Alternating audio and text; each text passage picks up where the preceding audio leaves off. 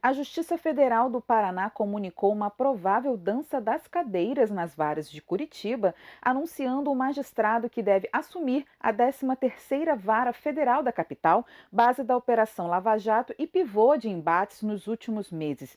Quem deve titularizar o juízo é Danilo Pereira Júnior, magistrado que em 2019 determinou a soltura do presidente Luiz Inácio Lula da Silva, do PT, após o Supremo Tribunal Federal declarar inconstitucional a prisão em segunda instância.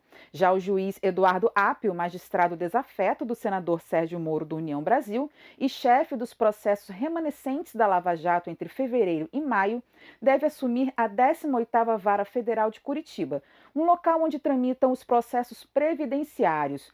As possíveis mudanças foram anunciadas pela Justiça Federal de Curitiba nesta quarta-feira.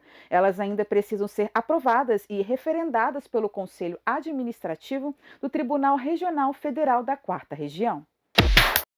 A vitória do cantor Kleber Lucas na categoria Música Cristã do Ano do Prêmio Multishow 2023, com a canção Deus Cuida de Mim, em um feat gravado com Caetano Veloso, segue sendo alvo de questionamentos nas redes sociais, mas dessa vez por artistas do segmento gospel.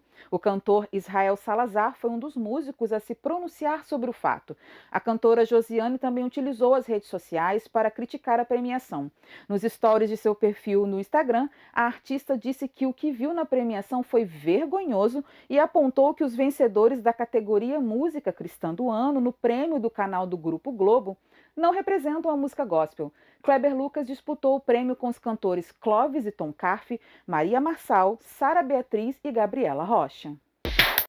Ao menos 20 jornalistas de diversos veículos do Grupo Globo foram demitidos no início desta semana.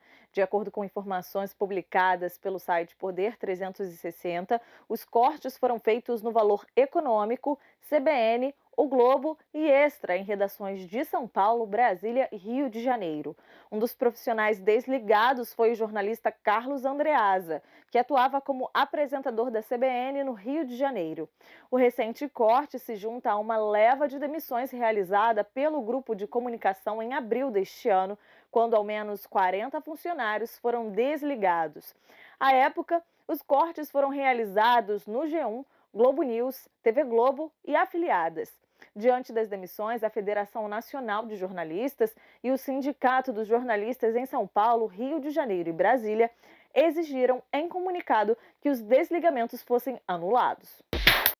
O Vaticano disse que uma pessoa transgênero pode ser batizada como o restante dos fiéis e apadrinhar outra, mas com condições. O pronunciamento foi emitido em resposta a algumas dúvidas de um bispo brasileiro sobre o assunto. A Congregação para a Doutrina da Fé publicou um texto assinado em 31 de outubro por seu prefeito, o cardeal argentino Vítor Manuel Fernandes, e pelo Papa Francisco, para responder às dúvidas sobre a participação em batismos e casamentos de pessoas transgênero e homossexuais, levantadas pelo bispo José Negri, da Diocese de Santo Amaro, no estado de São Paulo.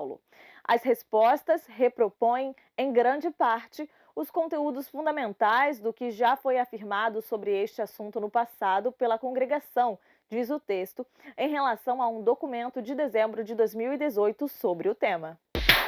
O Supremo Tribunal Federal decidiu nesta quarta-feira que a separação judicial não é pré-requisito para o divórcio.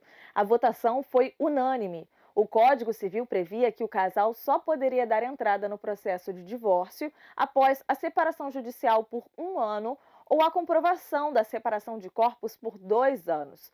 A separação seria, portanto, uma etapa intermediária para o fim do casamento. Os ministros concluíram, no entanto, que as normas perderam a validade desde que a Emenda Constitucional 66 de 2010 entrou em vigor. O texto suprimiu a exigência da separação prévia ao divórcio. O ministro Edson Fachin defendeu que casar é um ato de liberdade, assim como a decisão de manter-se casado.